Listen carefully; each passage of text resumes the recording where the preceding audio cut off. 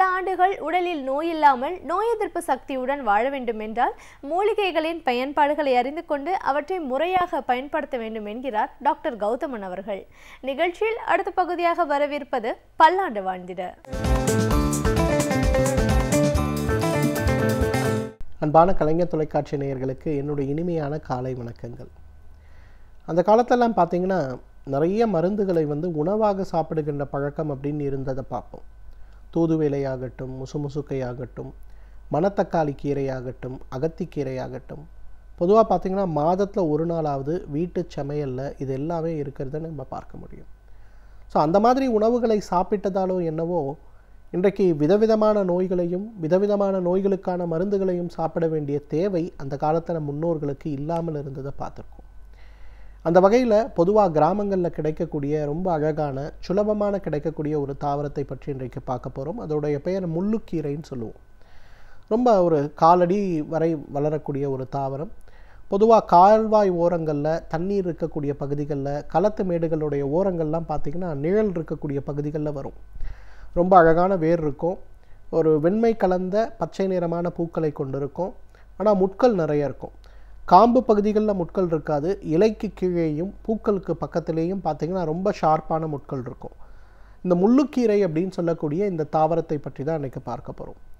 முள்ளுக்கீரையை பொறுத்தவரையிலும் பார்த்திங்கன்னா வயிற்றில் இருக்கக்கூடிய வாதத்தை நீக்கக்கூடிய ஒரு பெருமருந்து அப்படின்னு சொல்லலாம். பொதுவாக இன்றைக்கு உடலில் ஏற்படுகின்ற வயிறு சம்பந்தப்பட்ட உப்புசம், செரிமானமின்மை, ஜீரணமின்மை, மலச்சிக்கல், கீழ் வழியாக வாயு சரியாக பிரியாமல் இருத்தல் அப்படிங்கிறது 5மே பார்த்திங்கன்னா தினசரி வாழ்க்கையை நமக்கு ஸ்தம்பிக்க வைக்கின்ற பிரச்சனை அப்படின்னு சொல்லலாம்.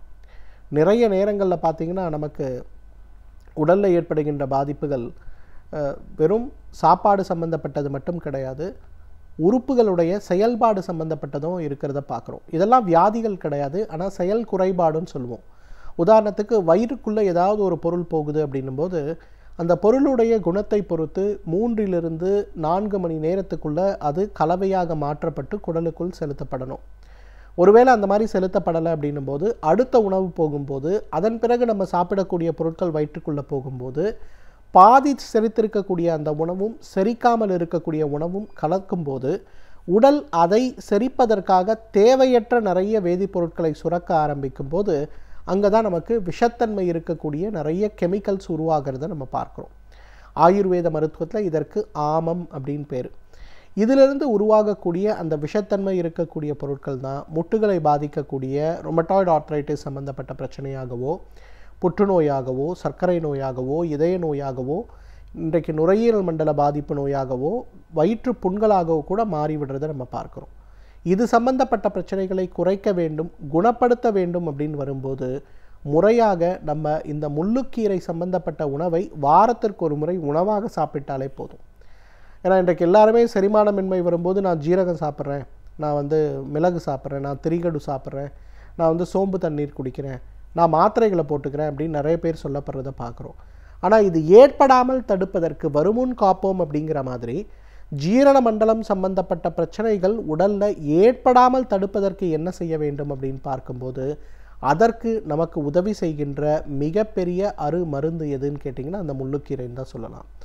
மாதத்திற்கு ஒரு முறை அந்த முள்ளுக்கீரையை கொண்டு அந்த முட்களை எல்லாம் கத்தரித்து எடுத்து மீதி இருக்கக்கூடிய கீரையை சுத்தம் செய்து வேக வைத்து பருப்புடன் சேர்த்தோ அல்லது எப்படி செய்வோமோ செய்து வாரத்துக்கு ஒரு முறை கொடுத்து பாருங்கள். இந்த வயிறு சம்பந்தப்பட்ட உபாதைகள் வீட்டில் இருக்கக்கூடிய யாருக்குமே வராமல் இருக்கிறத நம்ம பார்க்க முடியும். இரண்டாவது, இந்த குழந்தைகளுக்கு பார்த்திங்கன்னா எப்போ பார்த்தாலும் மலச்சிக்கல் சம்பந்தப்பட்ட பிரச்சனை இருக்கும்.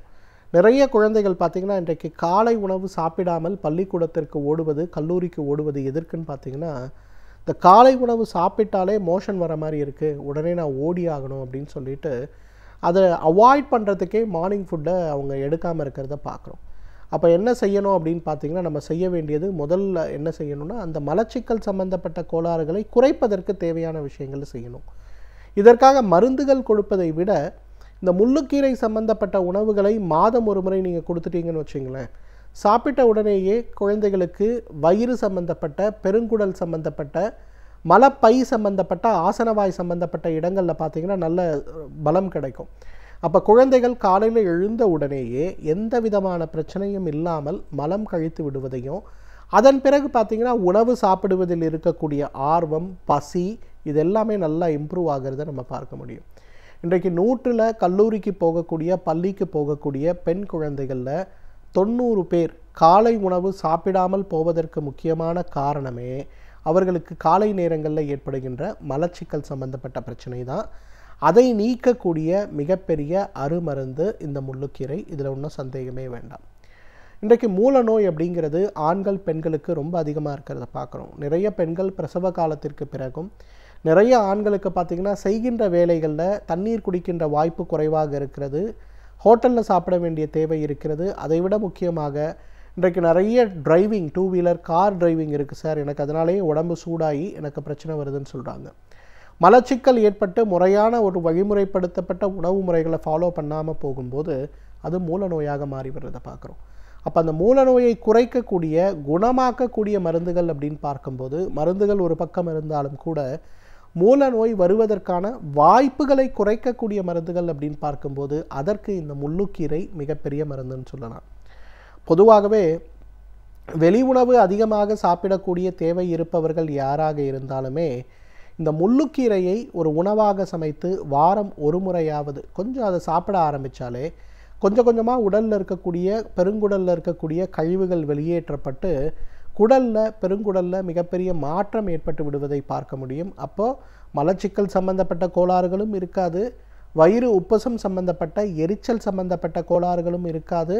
அதைவிட மிக மிக முக்கியமாக அந்த குழந்தைகளுக்கு அல்லது பெரியவர்களுக்கு மூல நோய் வருவதற்கான வாய்ப்புகள் மிகுந்து குறைந்து இருக்கிறத நம்ம பார்க்க முடியும். பெண்களுக்கு ஏற்படக்கூடிய மாதவிலக்கு வலி, நிறைய பெண்களுக்கு பார்த்திங்கன்னா முதல் நாள் அல்லது 3ஆம் நாள் அல்லது 3, 4, 5ஆம் நாள் மிக கடுமையான வயிற்று வலிகள் ஏற்படுவதை பார்க்க முடியும். நிறைய பெண்கள் நான் பார்த்துருக்கேன், இதற்காகவே அந்த 5 நாட்களுக்கு மிக கடுமையான பக்க விளைவை ஏற்படுத்தக்கூடிய வலி நிவாரண மாத்திரைகளை சாப்பிட வேண்டிய ஒரு தேவை இருக்கிறதையும் பார்க்குறோம். இதை குறைப்பதற்கு என்ன செய்ய வேண்டும் அப்படிங்கிறது வரும்போது, குறிப்பாக இயற்கை உணவுகளில், மருந்தாக அல்ல உணவாக எதை பயன்படுத்த முடியும் அப்படின்னு பார்க்கும்போது அதற்கு இந்த முள்ளுக்கீரை ஒரு மிகச்சிறந்த மருந்துன்னு சொல்லலாம். முள்ளுக்கீரையுடைய தண்டு பகுதியை மட்டும் எடுத்து சிறு சிறு துண்டுகளாக நறுக்கி ஒரு 1 லிட்டர் தண்ணீருக்கு 20 கிராம் அளவுக்கு அந்த துண்டுகளை போட்டு கொதிக்க வைத்து 300 மில்லியாக குறைத்து வடிகட்டி காலை ஒரு முறை உணவுக்கு முன்பு, இரவு ஒரு முறை உணவுக்கு முன்பு எடுக்க ஆரம்பிங்க. மிக வேகமாக உடலில் இருக்கக்கூடிய கழிவுகள் வெளியேற்றப்படுவது போலவே மாதவிலக்கு நேரங்களில் கருப்பையில் இருக்கக்கூடிய கழிவுகள் வெளியேற்றப்படும் போது கருப்பை சுருக்கின்ற அளவுகளில் நல்ல முன்னேற்றம் ஏற்பட்டு இந்த மாதவிலக்கு நேரங்களில் மட்டும் ஏற்படுகின்ற வலிகள் மற்றும் அதனால் ஏற்படுகின்ற அசௌகரியங்கள், குறிப்பாக அடிவயிறு முறுக்கி இருப்பது போல் ஏற்படுகின்ற வலி, வாந்தி எடுக்கக்கூடியது, இதெல்லாம் குறைந்து உடலுடைய ஆரோக்கியம் மேம்படுவதை பார்க்க முடியும். எனவே நேயர்களே, முள்ளுக்கீரையை பொறுத்தவரையிலும் வயிறு சம்பந்தப்பட்ட உபாதைகளுக்கும், செரிமானமின்மை சம்பந்தப்பட்ட பிரச்சனைகளுக்கும், வயிற்றில் ஏற்படுகின்ற குறிப்பாக உணவு வயிற்றுக்குள் சென்று அங்கிருந்து மற்ற இடங்களுக்கு செல்லாமல் தேங்கி இருக்கின்ற பிரச்சனைகளுக்கும், மூலநோய் சம்பந்தப்பட்ட பாதிப்புகளுக்கும், மூலநோய் வராமல் தடுக்கக்கூடியதற்கும் இயற்கை கொடுத்திருக்கின்ற மிகச்சிறந்த அருமருந்து. தகுந்த மருத்துவ ஆலோசனை ஒன்றும் தேவையே இல்லை. இதை ஒரு மருந்தாக அல்ல, இதை ஒரு உணவாக பயன்படுத்தி வந்தாலே நம்மாலும் பல்லாண்டு காலம் ஆரோக்கியமாக வாழ்ந்திட முடியும். சமூகத்தில் நடக்கும் நல்ல நிகழ்வுகளில் நம்முடைய பங்களிப்பு என்னவாக இருக்கிறதோ அதே போன்று தீய நிகழ்வுகளை தட்டி கேட்பதிலும் நம்முடைய பங்களிப்பு இருக்க வேண்டும் என்கிறார் எழுத்தாளர் மனுஷபுத்திரன் அவர்கள். இன்றைக்கு என்ன சமூக பிரச்சனையை நம் கண்முன் கொண்டு வந்திருக்கிறார் என்பதை கவனிக்கலாம். அடுத்த பகுதியாக வரவிருப்பது தீதும் நன்றும்.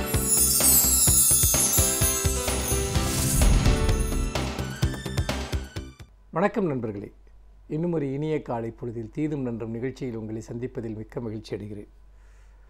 நாம் இந்த போலி செய்திகள், அதாவது ஃபேக் நியூஸ் பற்றி நாம் பலமுறை இந்த நிகழ்ச்சியில் பேசியிருக்கிறோம். ஆனால் இது ஒரு வளர்ந்து வரக்கூடிய மிகப்பெரிய ஒரு பிரச்சனையாக மாறிக்கொண்டிருக்கிறது என்பதை ஒவ்வொரு நாளும் பரபரப்பாக்கப்படும் பல செய்திகள் நமக்கு காட்டுகின்றன. இன்னும் சொல்லப்போனால் கண்ணால் காண்பதும் பொய், காதால் கேட்பதும் பொய் என்று சொல்லக்கூடிய அந்த வாசகம் என்பது வேறு எந்த காலகட்டத்தை விட இப்போது பொருந்தும் என்று சொல்லலாம். உண்மையைப் போலவே தோற்றமளிக்கக்கூடிய பொய்கள் என்பது எல்லா இடத்திலும் இப்பொழுது பரவலாகி கொண்டிருக்கின்றன. தொழில்நுட்பமும் அதற்கு மிகவும் உதவியாக இருக்கிறது என்பதைத்தான் நாம் தொடர்ச்சியாக பார்த்து கொண்டிருக்கிறோம். அப்படி பார்க்கிற போது சமீபத்தில் பிபிசி நிறுவனம் சென்னையில் ஒரு கருத்தரங்கை நடத்தியது. அதில் போலி செய்திகள் தொடர்பான பல்வேறு விதமான ஆய்வுரைகள் அதில் முன்வைக்கப்பட்டன, பெரிய விவாதங்கள் அதில் நடத்தப்பட்டன. அந்த விவாதங்களினுடைய தரவுகள் என்பவை போலி செய்திகள் இன்று எவ்வளவு ஆபத்தானவையாக மாறிக்கொண்டிருக்கின்றன என்பதை பற்றி பேசுகிறது. அப்படி பார்க்கிற போது இந்த கட்டமைக்கப்படக்கூடிய செய்திகள் பல சமயங்களில் சமூக நல்லிணக்கத்திற்கு மிகப்பெரிய ஊர் விளைவிக்கக்கூடியதாகவும், சமூகத்தில் அச்சத்தையும் பகைமையையும் வெறுப்பையும், ஏன் மிகப்பெரிய மோதல்களையும் கலவரங்களையும் கூட உருவாக்கக்கூடியதாக இந்த போலி செய்திகள் இருக்கின்றன என்பதைத்தான் நாம் தொடர்ச்சியாக பார்த்து கொண்டிருக்கிறோம். அப்படி பார்க்கிற போது இந்த போலி செய்திகள் எங்கிருந்து உற்பத்தி ஆகின்றன, யாரால் உற்பத்தி செய்யப்படுகின்றன என்பதை சில சமயம் கண்டறிய முடிகிறது, பல சமயம் கண்டறிய முடிவதில்லை. இந்த போலி செய்திகள் மிக வேகமாக பரவுகின்றன என்பதற்கு பல உதாரணங்கள் இருக்கின்றன. அதனுடைய பல ஆபத்தான விளைவுகளையும் கூட நாம் பார்த்து கொண்டிருக்கிறோம். சமீப காலமாக குழந்தைகளை கடத்துபவர்கள் என்கிற பெயரில் முதியவர்கள், வெளியூரைச் சேர்ந்தவர்கள், வயதானவர்கள், சற்றே மனநலம் பிறந்தவர்கள் எல்லாம் மிக கொடூரமாக அடித்து கொல்லப்பட்ட பல சம்பவங்கள் இங்கு நடந்திருக்கின்றன. அதேபோல் மிகப்பெரிய மதக்கலவரங்களுக்கு காரணமாக சமூக வலைத்தளங்களில் பகிரப்பட்ட பல போலி செய்திகள் அமைந்துவிட்டன என்பதையும் கூட நாம் இந்த இடத்திலே நினைவு கூற வேண்டும், நினைத்து பார்க்க வேண்டும். இதனுடைய தோற்றுவாயை கண்டறிவது என்பது மிக மிக கடினம். ஏனென்று கேட்டால் ஐயன் திருவள்ளுவர் ஒரு குறளிலே சொல்கிறார், எப்பொருள் யார் யார் வாய் கேட்பினும் அப்பொருள் மெய்ப்பொருள் காண்பதறிவு என்று ஐயன் திருவள்ளுவர் சொல்லுகிற போது, இந்த போலி செய்திகள் என்பவை காலம் காலமாக இருந்து வந்திருக்கின்றன என்றாலும் இன்று அவை பரவுகிற வேகம் என்பது மிக கடுமையாக இருக்கிறது. அவற்றுடைய நோக்கங்கள் என்பது மிக மோசமாக இருக்கின்றன என்பதைத்தான் நாம் தொடர்ந்து பார்த்து கொண்டிருக்கிறோம். அப்படி பார்க்கிற போது இந்த விஷயத்தில் நடக்கக்கூடிய இந்த போலி செய்திகளை நாம் எப்படி எதிர்கொள்வது என்கிற போது ஒரு செய்தியினுடைய நம்பகத்தன்மையை நாம் உறுதிப்படுத்தி கொள்ள வேண்டும். இன்றைய காலகட்டத்தினுடைய மிகப்பெரிய பிரச்சனை என்று சொன்னால், இன்று நிறுவனங்கள், சில சமயம் அரசுகள் கூட, அமைப்புகள் கூட, மிகப்பெரிய ஊடக நிறுவனங்கள் கூட போலி செய்திகளை பரப்புகின்றன என்பதுதான் வேதனையான ஒரு விஷயம். பல சமயங்களில் இந்த செய்திகள் என்பது யாராலோ திட்டமிட்டு உருவாக்கப்படுகின்றன, மக்களுடைய கவனத்தை திசை திருப்புவதற்காக. அவற்றை கண்ணுக்கு தெரியாமல் சமூக வலைத்தளங்களில் பரவுவதை பற்றித்தான் நாம் பேசுகிறோமே ஒழிய, ஒரு அரசோ அல்லது அரசு சார்ந்த அமைப்புகளோ அல்லது ஏன் ஒரு மக்களுக்குரிய ஒரு வெகுசன ஊடகங்களோ செய்தித்தாள்களோ கூட சில சமயம் போலியான செய்திகளை வெளியிடுகின்றன, ஆதாரமற்ற செய்திகளை வெளியிடுகின்றன. இதன் மூலமாக மக்களிடையே ஒரு மிகப்பெரிய குழப்பம் ஏற்படுகிறது என்பதை நாம் பார்க்கிறோம்.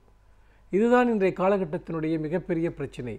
அடுத்ததாக மக்களை பரப்பக்கூடிய போலி செய்திகள். இப்பொழுது உதாரணமாக வாட்ஸ்அப்பில் உங்களுக்கு ஒரு செய்தி வருகிறது, ஒரு தகவல் வருகிறது. முக்கியமாக அது பிரபலமான மனிதர்களை பற்றி இருக்கலாம், ஆளுமைகளை பற்றி இருக்கலாம், குறிப்பிட்ட இயக்கங்கள் தொடர்பாக இருக்கலாம். அந்த செய்திகளை கண்மூடித்தனமாக நம்புவது, நம்மளுக்கு தெரிந்த ஒருவரிடமிருந்து வந்தாலே அதை கண்ணை மூடிக்கொண்டு பரப்புவது போன்ற ஒரு தவறான மனநிலை என்பது இப்பொழுது மக்களிடம் இருக்கிறது. இது எந்த விதத்திலுமே ஒரு ஏற்புடைய ஒரு மனநிலை அல்ல. ஏனென்று கேட்டால், நாம் ஒரு செய்தியினால் ஏற்படக்கூடிய விளைவுகளை பற்றி நாம் கவலையற்றவர்களாக இருக்கிறோம். ஒரு செய்தி வைரலாக பரவுகிற போது அந்த செய்தியின் காரணமாக அந்த சம்பந்தப்பட்டவர்கள் கடும் பாதிப்புகளை அடைய நேரிடும். இப்பொழுது நிறைய ஒரு மக்கள் ஊடகமாக இன்று வாட்ஸ்அப் போன்றவை மாறிவிட்ட பிறகு நிறைய தனி மனிதர்கள் தொடர்பான நிறைய செய்திகள் வெளியிடப்படுகின்றன. பிரபலமான மனிதர்கள், பிரபலமற்றவர்கள் எல்லோரையும் பற்றிய நடத்தைகள் தொடர்பான செய்திகள், சில அந்தரங்கமான செய்திகள், ஒருவருடைய பிரைவசி என்று சொல்லக்கூடிய விஷயங்கள் தொடர்பான செய்திகள் கூட எந்த கூச்சமும் தயக்கமும் இல்லாமல் பகிரப்படுகின்றன. அதற்கு ஒரு போலியான சமூக நோக்கங்களும் கூட கற்பிக்கப்படுகின்றன. இவற்றையெல்லாம் செய்வதற்கு நமக்கு உரிமை இருக்கிறதா என்றால் நிச்சயமாக இல்லை. இன்னும் சொல்லப்போனால் இதெல்லாம் சட்டப்படி கடும் நடவடிக்கைக்கு உரிய ஒரு குற்றங்கள். அப்படி பார்க்கிற போது ஆதாரமற்ற தகவல்களை அல்லது மற்றவர்களுடைய தனிப்பட்ட அந்தரங்க தகவல்களை, அவதூறுகளை பிறருக்கு பரப்புவது என்பது ஒரு மிகப்பெரிய சமூக குற்றம் என்பதை நாம் மறந்துவிடக்கூடாது. அதே போல் அரசுகள் அல்லது மிகப்பெரிய தொலைக்காட்சிகளாக இருக்கலாம், பத்திரிகைகளாக இருக்கலாம், அவை வெளியிடுகிற பல செய்திகள் கூட உண்மையாக இருக்க வேண்டும் என்ற அவசியம் இல்லை. பல சமயங்களில் குழப்பங்களை ஏற்படுத்துகிற நோக்கில் அதுபோன்ற செய்திகளை நீங்கள் அதிகாரபூர்வமான அமைப்புகளே கூட வெளியிடலாம். இதற்கெல்லாம் ஒரே தீர்வு எல்லா நிலையிலும் மக்கள் விழிப்புணர்ச்சியுடன் இருப்பதுதான். அந்த விழிப்புணர்ச்சி ஒன்றுதான் நம்மை தேவையற்ற செய்திகளுக்கு நாம் பலியாகாமல் தடுக்கும் என்பதை நாம் மறந்துவிடக்கூடாது. போலி செய்திகளோடு நாம் போராடுவது என்பது இன்றைய காலகட்டத்தினுடைய மிகப்பெரிய ஒரு சவால் என்பதை மறந்து விடாதீர்கள். ஒவ்வொரு நிமிடமும் ஏதாவது ஒரு போலி செய்தி உங்களை நோக்கி வந்து கொண்டே இருக்கிறது. அல்லது நீங்களே கூட ஒரு போலி செய்தியை பரப்புவதில் நீங்கள் ஒரு ஊடகமாக, ஒரு கருவியாக நீங்கள் பயன்பட்டு விடலாம் என்பதையும் நீங்கள் மறந்து விடாதீர்கள். மீண்டும் இன்னும் ஒரு புதிய சிந்தனையோடு உங்களை சந்திக்கிறேன். நன்றி, வணக்கம். ஒரு துறையை பற்றி நாம் முழுமையாக அறிந்து கொள்ள வேண்டும் என்றால் அந்த துறையை சார்ந்த வல்லுநர்கள் அவர்களின் அனுபவங்களை நம்மிடையே பகிர்ந்து கொள்ளும் பொழுதுதான் அவற்றை முறையாக நாம் தெரிந்து கொள்ள முடிகிறது. அந்த வகையில் இன்றைக்கும் ஒரு துறையை பற்றி முழுமையான தகவல்களை தெரிந்து கொள்ளலாம். நிகழ்ச்சியில் அடுத்த பகுதியாக வரவிருப்பது சிறப்பு விருந்தினர்.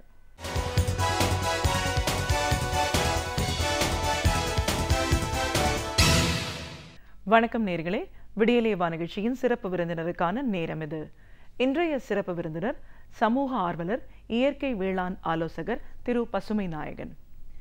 ஒரு சமூக ஆர்வலராக இன்னைக்கு நம்மளோட சுற்றுச்சூழலை பாதுகாக்க வேண்டிய அவசியம் என்ன, மழைநீர் சேகரிப்பு எவ்வளோ முக்கியத்துவம் வாய்ந்ததாக இருக்குது, பசுமை புரட்சி பண்ண வேண்டிய ஒரு காலகட்டத்தில் நம்ம இன்னைக்கு ஏன் இருக்கோம், அதற்கான ஆலோசனைகள் சார்ந்த பல விஷயங்களை, கருத்துக்களை இன்னைக்கு நம்ம அவர்கிட்ட கேட்டு தெரிஞ்சுக்கலாம். வணக்கம் சார். பசுமை வணக்கம். ஒரு சமூக ஆர்வலராக, இயற்கை வேளாண் ஆலோசகராக எங்கள் நிகழ்ச்சிக்கு உங்களை நாங்கள் முதல்ல வரவேற்கிறோம் சார். நன்றி. இயற்கை வேளாண்மைன்னு நம்ம பேசுகிறதுக்கு முன்னாடி இயற்கை வேளாண்மை ஏன் அவசியம், எந்த காலகட்டத்திலேருந்து நம்ம நிறைய மாறி இருக்கோம், இன்றைக்கெலாம் வந்து மண் மலட்டுத்தன்மை அடைஞ்சதுன்னு எல்லாரும் நம்ம சொல்கிறத பார்க்குறோம். அதற்கான காரணம் என்ன, அதிலிருந்து மறுபடியும் நம்ம ஒரு மாற்றம் வரணும் அப்படின்னும் போது இயற்கை வேளாண்மை எவ்வளோ ஒரு முக்கியத்துவம் வாய்ந்ததாக இருக்குது. அதுக்கு அப்பாற்பட்டு சுற்றுச்சூழலையும் நம்ம வந்து சரியான முறையில் பயன்படுத்திக்கணும். ஒரு வறண்ட நிலமாக இல்லாமல் இயற்கை வளத்தோடு இருக்கணும் அப்படின்னா நாம் செய்ய வேண்டிய விஷயங்கள் என்னவா இருக்குது, இந்த சமூகத்தில் இருக்கிற எல்லாரும் சேர்ந்து இணைஞ்சு செய்ய வேண்டிய விஷயம் என்னவா இருக்குது. நீங்கள் வந்து ஒரு முழு நேர பணியாக இதை எடுத்துகிட்டு இதற்கு இந்த விழிப்புணர்வை ஏற்படுத்தணும் அப்படிங்கிறதுக்காக ஒரு கிட்டத்தட்ட 1000 கிலோமீட்டர் சைக்கிள் பயணம் மேற்கொண்டிருக்கீங்க. அதில் வந்து இந்த குப்பைகள் சேகரிப்பையும் 2 வகையாக பிரித்து சேகரிக்கணும் அப்படின்ற ஒரு விழிப்புணர்வையும் மக்கள் மத்தியில் ஏற்படுத்தி கொடுத்துருக்கீங்க.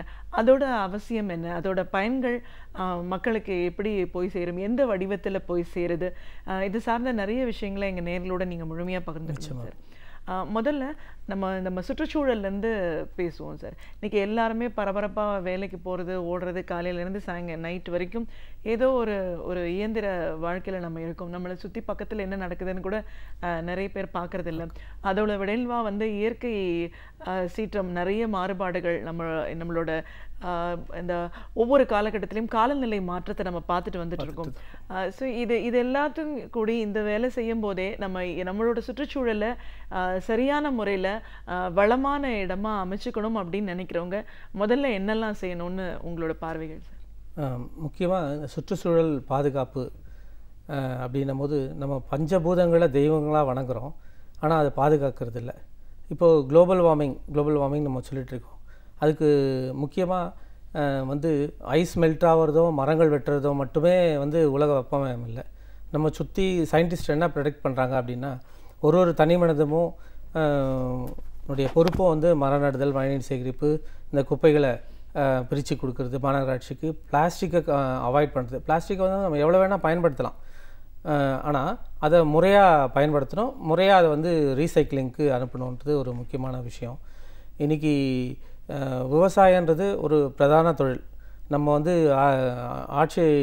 விவசாயம் சார்ந்த ஆட்சி தான் இருந்தது. இப்போது அந்த மாதிரி இப்போது இல்லை.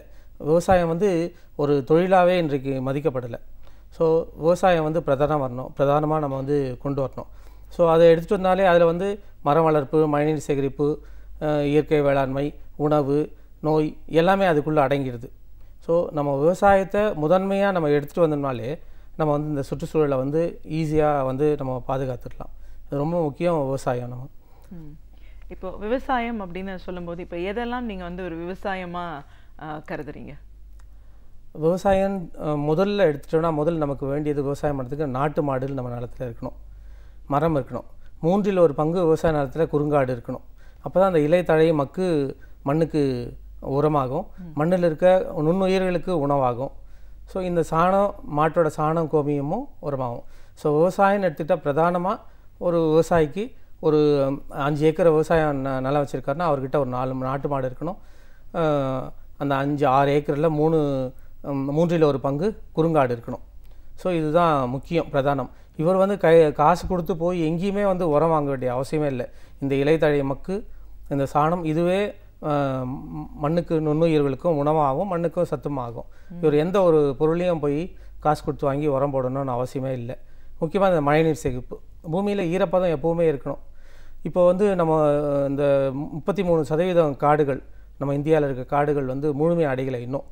ஸோ அது எங்கே இருந்து தொடங்கணும்னா விவசாய நிலத்தில் இருந்தால் இது தொடங்கணும். அப்படி தொடங்கும் போது ஒவ்வொரு மரத்துக்கும், இந்திய நாட்டில் நம்ம இருக்க மரத்துக்கு யாரும் தண்ணி ஊற்றுறது இல்லை. ஸோ அது தானாகவே வளருது. அப்போ பூமியில் நிலத்தடி நீர் வந்து நிறைஞ்சி இருக்கணும். ஒரு மரம் வந்து 60 அடிக்கு வளர்ந்துருக்கு ஒரு மரம்னா அதோட வேர் வந்து 60 அடி பூமியில் பாஞ்சிருக்கும். இதுதான் லாஜிக். இது 60 ஃபீட் மேலே இருக்குன்னா 60 ஃபீட் வேர் உள்ளே இருக்கும், அது தானாக தண்ணி எடுத்துக்கும். அப்போது நிலத்தடி நீர் வந்து ரொம்ப முக்கியம்.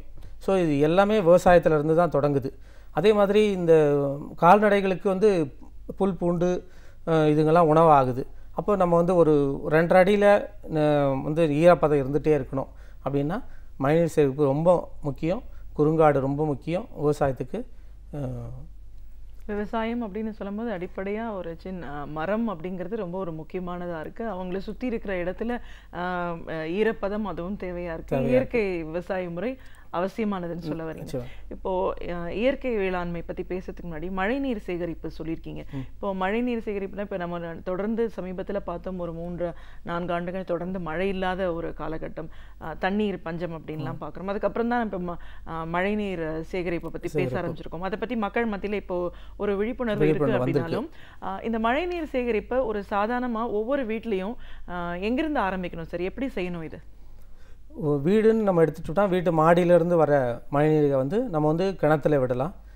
ஒரு 5 கஞ்சி பள்ளம் வெட்டி அதில் வந்து மணல் ஜல்லி போட்டு அதில் மழைநீர் சேகரிப்பு செய்யலாம். அதே மாதிரி பொது இடங்களில் வந்து குளங்களில் வீணாக போய் வெளியே ரன் ஆஃப் ஆகிற ஓட்டரை வந்து குளங்கள் ஏரிகளில் வந்து நம்ம சேர்க்கலாம். இதில் ஒரு விவசாய நிலத்துலேயும் வந்து இதை வந்து பண்ணலாம்.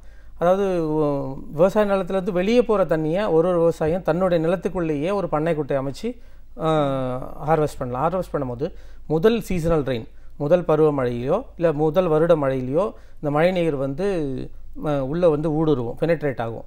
2வது பருவமழையோ 2வது வருஷம் மழையிலையோ இந்த மழைநீர் வந்து கிரவுண்ட் லெவல் இன்க்ரீஸ் ஆகும், நிலத்தடி நீரை வந்து உயர்த்தும். 3வது ஆண்டு இல்லை 3வது பருவமழை வந்து எப்பொழுதுமே தண்ணி இருக்கும். இதை தான் நம்ம வந்து நம்மளுடைய அறக்கட்டளையில் வறண்ட ஆறுகள் மழைநீர் சேகரிப்பு திட்டம்னு ஒன்று வச்சுருக்கோம். இதில் வந்து வறண்டு இருக்க ஆறுகள், அதில் வந்து 10 அடிக்கு கீழே ஆற்று கீழே வந்து ஏரியிலேருந்து தூர்வாரப்பட்ட மண்ணை வந்து நெகிழித்தாளில் சுற்றி உள்ளே வந்து 10 அடியிலேருந்து 1 அடியாக அடக்கி வரணும். அப்படி வரும்போது ஒரு 1/2 கிலோமீட்டருக்கும் வறண்ட ஆறுகள் நம்ம தமிழகம் முழுக்க எங்கெல்லாம் இருக்கோ ஒரு 1/2 கிலோமீட்டருக்கும் இதை செய்யும் போது ஏரி வந்து தூர்வாரப்படுது. ஒரு 1/2 கிலோமீட்டருக்கும் அண்டர் த கிரவுண்ட் நம்ம வந்து ஒரு செக் டேம் கட்டுறோம். இப்போ எல்லாரும் ஆன் த கிரவுண்ட்னா செக் டேம் கட்டி நீரை தேக்குறாங்க. அண்டர் த கிரவுண்ட் நம்ம கட்டினோன்னா அங்கே சுற்றி இருக்கிற நிலங்கள்லாம் வந்து நீர் பிடிப்பு ஏற்படும். அப்போது இந்த பக்கத்தில் இருக்க கிணறுல வந்து கிரவுண்ட் லெவல் வாட்டர் இன்க்ரீஸ் ஆகும், போரில் இன்க்ரீஸ் ஆகும். ஸோ இந்த வந்து நம்ம பண்ணோம்னா 3 வருஷத்தில் அண்டை மாநிலங்கள்லேருந்து நம்ம தண்ணி வாங்க வேண்டிய அவசியமே இருக்காது, நம்ம எதிர்பார்க்க வேண்டிய அவசியமே இருக்காது. ஒரு 15 நாள் நமக்கு இந்த பருவமழை பெய்யுதுன்னா அதுவே நம்ம வந்து ஹார்வெஸ்ட் பண்ணிடலாம். கடலுக்கு வந்து போய் சேர்றதுக்கு வாய்ப்பும் கம்மியாக இருக்கும். ஸோ இதை நம்ம பண்ணோம்னாலே வந்து இப்போ கடல் மட்டம் உயருது, ஐஸ் மெல்ட் ஆகி கடல் மட்டம் உயருது அப்படின்னு சொல்கிறாங்க. இந்த கடல் மட்டம் உயரதுலேயும் ஆபத்து இருக்குது. கடல் மட்டம் உயர இப்போ இந்த 2020லேருந்து 25க்குள்ளே 1 மீட்டர் உயரம்னு சொல்கிறாங்க. 1 மீட்டர் இல்லைங்க, 3 இன்ச்சு உயர்ந்தாலே நம்ம வந்து நகரங்களில் இருக்க இந்த கூவம் மாதிரி இருக்க இடத்துக்களை வந்து பேக் அவுட்டர் ஆகிடும். இப்போவே நீங்கள் போயிட்டு கூவம் ஒரு பகுதியை நின்று ஒரு அரை மணி நேரம் அந்த கூவத்தை நீங்கள் வாட்ச் பண்ணி பாருங்கள், கூவம் வந்து பேக்கில் தான் வந்துட்டுருக்கு. ஸோ இது இன்னும் 2020லேருந்து 25க்குள்ளே பார்த்திங்கன்னா நம்ம ட்ரைனேஜ் ஃபெசிலிட்டிஸ்லாம் பிளாக் ஆகிறதுக்கு வாய்ப்பு நிறைய இருக்குது. நம்ம 2ஆம் நகரத்தை தேடி போக வேண்டிய சூழல், ஆபத்தான சூழல் இருக்குது. இது எப்படி நம்ம சால்வ் பண்ண வேணும்னா ஒரு தனி மனுஷனுக்கும் இதுக்கு வந்து பொறுப்பு இருக்குது. இந்த மழைநீர் சேகரிப்பு விஷயத்தில் மழைநீர் சேகரிப்பு மூலியமாகவும் நம்ம வந்து இந்த மாசு வந்து நிறைய கட்டுப்படுத்தலாம், கடல் நீர் உள் புகாமல் நம்ம பார்த்துக்க முடியும். இது ரொம்ப அவசியம் மழைநீர் சேகரிப்பில். இப்போ நீங்கள் அந்த வறண்ட இடங்களை பற்றி சொன்னீங்க. அதில் நீர் ஏரி குளங்கள் எல்லாம் நம்மளே நீர் ஆதாரத்தை உருவாக்க முடியும் அப்படின்னு சொல்லியிருக்கீங்க. அந்த திட்டம் அப்படின்னு சொல்லும்போது முன்னாடி பேசும்போது சொன்னீங்க இந்த கிணறு நம்ம உருவாக்கலாம் அப்படின்னு சொல்லியிருக்கீங்க. அதை நீங்கள் செயல்பாட்டிலையும் கொண்டு வந்திருக்கீங்க. அது எப்படி வறண்ட ஒரு மலை முகடான இடங்கள்ல நீர் வளத்தை பெருக்கிறதுக்கு என்ன பண்ணணும்? இது ஆல்ரெடி விவசாயிகிட்ட வந்து பாசன கிணறு இருக்கும். அது வந்து மத்திய அரசு ஒரு திட்டம் கொண்டு வந்தது, கடின பாறைகள் பகுதியில் விவசாய பாசன கிணத்தில் மழைநீர் சேகரிப்பு. இந்த திட்டத்தில் ஆல்ரெடி விவசாயி கிணத்துல வந்து நீர் வந்து உள்ளே போயிட்டே இருக்குது.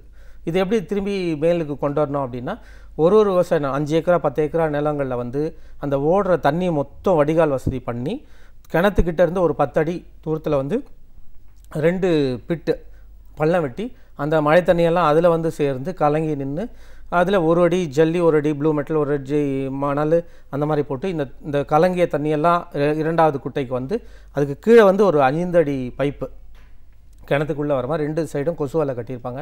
இதில் ஃபில்டர் ஆகி கிணத்துக்கு வரும். இது ஒரு வருஷமும் இந்த மழைநீர் சேகரிப்பு இது நடக்கும்போது 3 வருஷத்தில் முதல் வருஷம் முதல்ல சொன்ன மாதிரியே தண்ணி வந்து உள்ளே ஊடுருவ செய்யும். 2வது ஆண்டு கிரவுண்ட் லெவல் நீர்மட்டம் உயரும். 3வது ஆண்டு எப்பவுமே தண்ணி இருக்கும். இது வந்து ஒவ்வொரு விவசாயம் செய்யலாம். அரசு தான் செய்யணும், மற்றவங்க தான் செய்யணும், இதுக்கு ஸ்பான்சர் வேணும், இதுக்கு திட்டங்கள் வேணும்னு அவசியமே இல்லை. ஒருத்தரும் தான் வீடு கட்டும் போது ஒரு காம்பவுண்ட் அமைச்சிக்கிறாங்க, ஒரு டாய்லெட் அமைச்சிக்கிறாங்க, ஒரு கிணறு தோண்டிக்கிற மாதிரி ஒரு விவசாயியும் தன்னுடைய விவசாய நிலத்துக்குள்ளே ஒரு குறுங்காடு வளர்க்குறது, மழைநீர் சேகரிப்பு, பண்ணை குட்டைகள் அமைக்கிறது, இதெல்லாம் ஒரு விவசாயியே செஞ்சுக்கிட்டா நம்ம வந்து ரொம்ப சுலபமாயிடும். விவசாயம் சுலபமாயிடும், சுற்றுச்சூழல் பாதுகாக்கப்படும். புத்தகங்கள்லாமும் எழுதிருக்கீங்க அதை பற்றி. இப்போது விவசாயமே வந்து இந்தியாவோட பிரதான தொழில்னா விவசாயம் அப்படிங்கிற நிலை மாறி இதை விட்டு வேண்டான்னு போகிறவங்க ஒரு காலகட்டம் வரதை நம்ம பார்க்குறோம். இது ரொம்ப வருந்தத்தக்க ஒரு தகவல் தான். ஏன்னா நம்ம வளமான ஒரு எல்லா விதமான வளங்களும் இருக்கிற ஒரு நாட்டில் விவசாயத்தை சரியாக பண்ண முடியலன்ற ஒரு சூழலில் ஒரு இயற்கை வேளாண் ஆலோசகராக இன்னைக்கு இயற்கை வேளாண் அப்படின்னு வரும்போது வெறும் நெற்பயிர் அது மட்டும் இல்லை, காய்கறிகள் வீட்டுக்குள்ளேயே தோட்டம் பண்ண இந்த மாதிரியான விஷயங்களையும் நாமளே ஏற்படுத்திக்கலாம், உருவாக்கலாம்னு சொல்லிங்க. இயற்கை வேளாண் ஆலோசகர் அப்படிங்கிற முறையில் இயற்கை வேளாண்மையோட முக்கியத்துவம் என்ன, யாரெல்லாம் பண்ண முடியும், எப்படிலாம் பண்ணலாம்? இன்றைக்கி விவசாயன்றது வந்து கடைசி தலைமுறை விவசாயமாக பார்க்கப்படுது. ஸோ அது வந்து மாறணும் அப்படின்னா ஒவ்வொருத்தர் வீட்லேயுமே விவசாயம் ஆரம்பிக்கணும். அது இந்த மாடி தோட்டத்திலேருந்து ஆரம்பிக்கணும். அது வந்து ரசாயன உரங்கள்லாம் போடாமல் நம்ம வந்து வீட்டில் இருக்க பொருட்களை வச்சே வந்து விவசாயம் பண்ண முடியும். உதாரணத்துக்கு ஒரு வீட்டில் இருக்க சாப்பாடு, நம்ம உணவு வேஸ்டெல்லாம் வந்து நம்ம வந்து அதை மக்க செய்து உரமாக கொடுத்துடலாம்.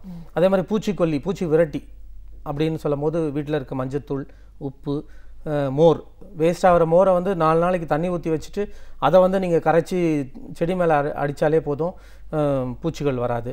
கோமியத்தை வந்து 1:20 தண்ணி கலந்து உப்பு மஞ்சத்தூள் 1 ஸ்பூன் போட்டு அடித்தாலே பூச்சிகள்லாம் விரட்டப்படும். ஸோ இது வந்து நம்ம வீட்டிலேருந்தே ஒரு விவசாயியும் வீட்டிலேருந்தே விவசாயியாக மாறலாம்.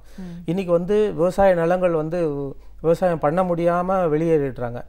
இவங்கெல்லாம் வந்து நான் அவங்கள சந்தித்து கூட்டுறவு இயற்கை விவசாயம் நிலம் வச்சுருக்கவங்களுக்கு வந்து அவங்கக்கிட்டேருந்து ஒரு ஒப்பந்தம் போட்டு, ஒரு புரிந்துணர்வு ஒப்பந்தம் போட்டு, ஒரு இன்வெஸ்டர், ஒரு ப்ரொமோட்டர், ஒரு நில உரிமையாளர், இந்த மாதிரி விவசாயத்துக்கு வந்து ஆலோசனை கொடுக்குறோம். அவங்களுக்கும் அது மூலமா திரும்பி விவசாயம் பண்ணணுன்ற ஒரு ஈடுபாடு மறுபடியும் வருது.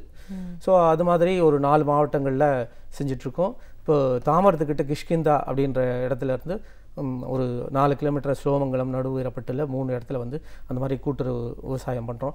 இது மக்களுக்கு மேலும் வரணும். கூட்டுறவு விவசாயத்தை விட கார்ப்பரேட் விவசாயம் அதிகம் ஆகிற மாதிரி இருக்குது. எப்படி கார்ப்பரேட் நிறுவனங்கள் இருக்கோ அந்த மாதிரி கார்ப்பரேட் நிறுவனமாக விவசாயத்தை கொண்டு வரதுக்கு முயற்சி பண்ணிகிட்ருக்காங்க, சிலர் பண்ணிகிட்ருக்காங்க. ஃபுல்லாக நிறைய பேர் வந்து விவசாயத்துக்கு போக முடியலனாலும் இயற்கை அங்காடிகள் தொடங்கியிருக்காங்க. அதன் மேலே ஆர்வம் கொண்டு இயற்கை அங்காடிகள் தொடங்கியிருக்காங்க. இப்போ இந்த விவசாயன்றது எங்கே முக்கியமாக வந்து நம்ம சுற்றுச்சூழலும் உணவு பழக்கம் தான் நமக்கு வந்து நோய் இல்லாமல் பாதுகாக்கிறது. அதில் முதல்ல சுற்றுச்சூழலை பற்றி பேசணும். இப்போ விவசாயம் தான் நம்ம உணவு உற்பத்தி நமக்கு கிடைக்கிது. அதில் பார்த்திங்கன்னா இந்த உணவுனுடைய பழக்க மாற்றங்களாலே நம்மளுடைய ஆயுளே குறைஞ்சி போச்சு. இன்றைக்கி 100 வருஷம் கூட யாரும் வாழ்கிறதில்ல. உதாரணத்துக்கு ஒரு தென்னை மரம் எடுத்துக்கலாம். இப்போ ஹைப்ரிட் இல்லைங்க, நாட்டு தென்னை மரம் எடுத்துக்கிட்டிங்கன்னா 5 வருஷம் கழிச்சு தான் அது பாலை எடுக்கும், புக்கம் இளநீர் கிடைக்கும். அது இன்ட்டு 20 100 வருஷம் அதோட ஆயுள் இருக்கும். அதே மாதிரி பனை மரம் எடுத்துக்கிட்டிங்கன்னா 10லேருந்து 15 வருஷம் கழிச்சு தான் அது பாலை எடுக்கும், இன்ட்டு 20 300 வருஷம் அது வாழும். அது மாதிரி ஒரு ஆடு எடுத்துக்கிட்டிங்கன்னா அது ஒரு மெச்சூர்ட் ஆகும், பழத்துக்கு வரும். 6 மாதத்தில் அது பழத்துக்கு வந்ததுன்னா மெச்சூர்ட் ஆச்சுன்னா இன்ட்டு 20 12 வருஷம் அதோட ஆயுள். ஒரு மாடு எடுத்துக்கிட்டிங்கன்னா 1 வருஷத்துலேருந்து 1.5 வருஷத்துல உள்ள அது பழத்துக்கு வரும், மெச்சூர்ட் ஆகும், இன்ட்டு 20 அதோட ஆயுள் 20லேருந்து 25 வருஷம். அது மாதிரி நீங்கள் என்ன உயிரினம் எடுத்துக்கிட்டாலும் அதோட ஆயுள் வந்து மாறவே இல்லை. அதோட ஆயுள் வந்து முழுமையாக அனுபவிக்குது. மனுஷன் மட்டும்தான் அதிலிருந்து மாறிட்டான். மனுஷன் வந்து முதல்ல எப்படி இருந்தான், 1000 வருஷத்துக்கு முன்னாடி எப்படி இருந்தான்னா, ஒரு பெண் வந்து 14 வயதில் பூ பெய்தவள், ஒரு ஆண் 15 வயதில், இன்ட்டு 20 பெண் 280 வருஷம் வாழ்ந்திருக்காங்க, ஆண் 300 வருஷம் வாழ்ந்திருக்காங்க 1000 வருஷத்துக்கு முன்னாடி வரைக்கும். இது எப்படி மாறுச்சுன்னா இந்த உணவு பழக்கமும் சுற்றுச்சூழலால் தான் இது வந்து மாறுச்சு. ஸோ இதுக்கு பிரதான விவசாயம். முன்னாடி சார் இப்போ நம்ம இந்த இயற்கை வேளாண் பற்றி பேசிகிட்டு இருக்கோம். இதை வந்து நம்ம அந்த வீட்டிலேயே பண்ணலாம்லாம் சொன்னீங்க. என்ன மாதிரியான ஒரு பயிர் வகைகள்லாம் அவங்களே தாங்களே செஞ்சுக்க முடியும் அப்படிங்கிறதுக்கான ஆலோசனை? ஆமாம், இப்போ தினம் டே டு டே நீட்ஸ் அப்படின்னு ஒன்று இருக்குது. தக்காளி, பச்சை மிளகாய், கத்திரிக்காய், வெண்டைக்காய், இது இல்லாமல் தினமே நம்ம வந்து ஒன்றுமே பண்ண முடியாது. இது வந்து ரொம்ப சுலபமாக பண்ண முடியும். ரொம்ப சுலபமாக வந்து இந்த தக்காளி வந்து நம்மளே நாற்று விட்டு டிரான்ஸ்பிளான்ட் பண்ணிக்கலாம். வெண்டைக்காய் நேரடியாக விதைப்பு செய்யலாம். இது வந்து இதுக்கு வந்து தமிழ்நாடு தோட்டக்கலையிலேருந்தும் நிறையா விஷயங்கள் கொடுக்குறாங்க. நம்ம ஒரு நர்சரியிலையும் இது வந்து இப்போ கிடைக்க ஆரம்பிச்சிச்சு. முன்னெல்லாம் வெறும் பூச்செடிகள் தான் நர்சரியில் கிடைக்கும். இப்போ வந்து காய்கறிகள் நாற்று கிடைக்க ஆரம்பிச்சிருச்சு. சென்னை முழுக்க எல்லா நர்சரியிலையும் வந்து இருக்குது. சந்தையில் பல்லாவர சந்தையில் வந்து வாரம் வெள்ளிக்கிழமை உங்களுக்கு வந்து எல்லா வகையான நாற்று கிடைக்கும். ரொம்ப சிம்பிள். தக்காளி, பச்சை மிளகாய், கத்திரிக்காய், வெண்டைக்காய், இது வந்து ஈஸியாக நம்ம வந்து இன்றைக்கி தக்காளி வந்து 100 ரூபா வரைக்கும் விலை போச்சு. இது வந்து அது எப்படி ஆகுதுன்னா, பழமனேரி, ஒட்டன்சத்திரம் இங்கேருந்து விவசாயிகிட்டேருந்து 2 ரூபாய்க்கு தக்காளி வாங்கி 3 இடைத்தரகர்கள் 3 டிரான்ஸ்போர்ட்டேஷன் ஆகி இங்கே வந்தோன்னா 60 ரூபாய்க்கு விற்கிறாங்க. ஸோ தக்காளி வந்து எப்படி விலை நிர்ணயம் ஆகுது அப்படின்னா, இன்றைக்கி 100 வண்டி வந்துச்சுன்னா இன்றைக்கி வந்து தக்காளி வந்து 20 ரூபா, 80 வண்டி வந்துச்சுன்னா தக்காளி 40 ரூபா, 50 வண்டி வந்துச்சுன்னா தக்காளி 60 ரூபா, அந்த மாதிரி தான் நிர்ணயிக்கிறாங்க. விவசாயி அவனுடைய முதலீடு எவ்வளோ ஆச்சு, அவனுடைய 100 நாள் அவனுடைய உழைப்பு எவ்வளோ ஆச்சு அப்படி வந்து நிர்ணயிக்கிறது இல்லை. ஸோ இது ஈஸியான ஒரு விஷயத்தை வந்து நம்ம வீட்டிலேயே பண்ண முடியும். விதைச்சா போதும். இன்றைக்கி வந்து காக்கா, குருவி, ஆடு, மாடு எல்லாமே விதைக்குது, மரம் வளருது, எல்லாமே விவசாயம் பண்ணுறாங்க. ஒரு காக்கா வேப்பங்கழை தின்னுட்டு போடுது. இன்றைக்கி வேப்ப மரம் இந்தியாவில் யாருமே சொந்தமாக தனியாக நட்டு வேப்ப மரம் பயிரிட்டதே கிடையாது. எல்லாம் இந்த காக்கை இது பண்ணதான் வேலை. அது மாதிரி நம்ம இந்த தக்காளி, வெண்டைக்காய், கத்திரிக்காய், பச்சை மிளகாய் வந்து வீட்டில் ரொம்ப சுலபமாக பண்ண முடியும். அது நாற்றுகள் கிடைக்குது, விதை ரொம்ப சுலபமாக கிடைக்குது. இது வந்து வீட்டிலேயே பண்ணலாம். அதுக்கு நான் பயிற்சியும் கொடுக்குறேன், வீட்டை அமைச்சும் கொடுக்குறேன். இது வரைக்கும் 1528 வீடுகள் வந்து இங்கே சென்னையில் வந்து நான் மாடி தோட்டம் பண்ணி கொடுத்துருக்கேன். ஸோ என்கிட்ட ஆலோசனை கேட்டாலும் பண்ணுவேன். ஆன்லைன்லேயே நிறைய விஷயங்கள் இலவசமாகவும் படிச்சிருக்கோம். இது மக்கள் வந்து ரொம்ப ஈஸியாக இந்த விவசாயத்தை பண்ண முடியும். அதே மாதிரி கீரைகள் வந்து இன்றைக்கி விதைச்சி அதை வந்து பிடிங்க எடுத்துடணும், திரும்பி விதைக்கணும், திரும்பி பிடிக்க எடுக்கணும். அது மாதிரி எல்லாம் பாரம்பரியமாக நம்ம வந்து முருங்கை, அகத்தி, பொன்னாங்கண்ணி, மணத்தக்காளி, பொன்னாங்கண்ணியில் 3 வகையான பொன்னாங்கண்ணி வீட்டில் நம்ம வளர்க்க முடியும். புளிச்சக்கீரை, இந்த மாதிரி நிறைய வகையான கீரைகளை வந்து நீங்கள் வெட்ட வந்துகிட்டே இருக்கும். இப்போது கீரை விவசாயிகிட்டேருந்து வரும்போது பூச்சி மருந்து தெளிச்சு ஃபஸ்ட்டு கீரை வந்து டிஏபி போட்டு தான் அதை விதைக்கிறாங்க. அதுக்கப்புறம் 2 இலை வந்தோடனே அதுக்கு மேலே யூரியாவை போடுறாங்க. அது 4 இலை வந்தோடனே பூச்சி எங்கே இருந்தாலும் தானாக வந்துடும், உடனே வந்து பூச்சி மருந்து அடிக்கிறாங்க. இது வந்து நம்ம இதை வந்து இல்லாமல் நம்ம வந்து நஞ்சு இல்லாமல் வந்து நம்ம கீரையை சாப்பிட முடியும். ஸோ இந்த கீரைகளை வந்து நம்ம வீட்டிலே வளர்க்க முடியும். ஸோ இது வந்து சார் நான் போட்டேன், எனக்கு வந்து முளைக்கலை, தழை வரல, பூச்சி வந்துடுச்சு அப்படின்னு சொல்கிறாங்க.